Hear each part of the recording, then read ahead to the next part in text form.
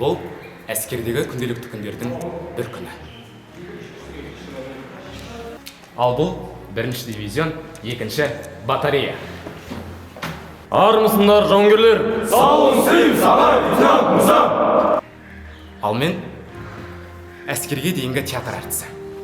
Ал қазір қарулы күштердің қатардағы жауынгер Асқар Асылжан Медетұлы. Ал бүгінгі сабақтың тақырыбы әскери байланыс. Құрметті сарбаздар, бүгінгі өтетін тақырыбымыз әскери байланыс. Соның ішінде ультра қысқа толқынды радиостанциясын қалай қосу керектігін көрсетеміз. Батарейканы ең алғаш қоспауларын қажетсіңдер. Қосу керек. Ең алғашында біз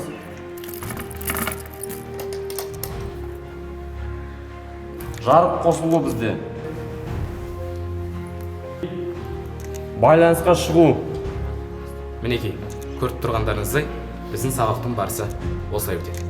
Каспий, Балқаш байланыста. Балқаш, я Каспий, на приеме, прием. Мінекей, ал біздің екінші сабақтың тақырыбы көздеуші.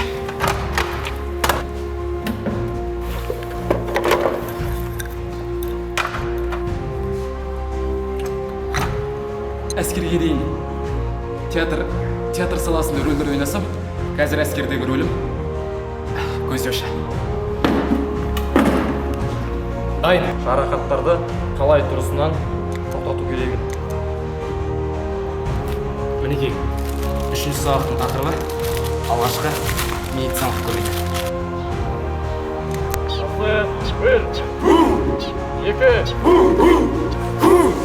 Екі. Батарея, ұрысқа! Әскердегі ең маңызды жаттығулардың бірі қоян қолтық ұрысы. Екі. Үш. Мен қазіргі уақытта 2908 әскери бөлімнің бірінші дивизиондағы екінші батарея жауынгерімін. Мен азаматтық өмірде театр саласында істеп, көптеген рөлдерді ойнасам, қазіргі уақытта әскердегі жауынгерлік өмірдегі образ, яғни біздің тілмен айтқан кезде образ, рөл, сол сарбаздың рөлін жетік меңгеріп жатырмын.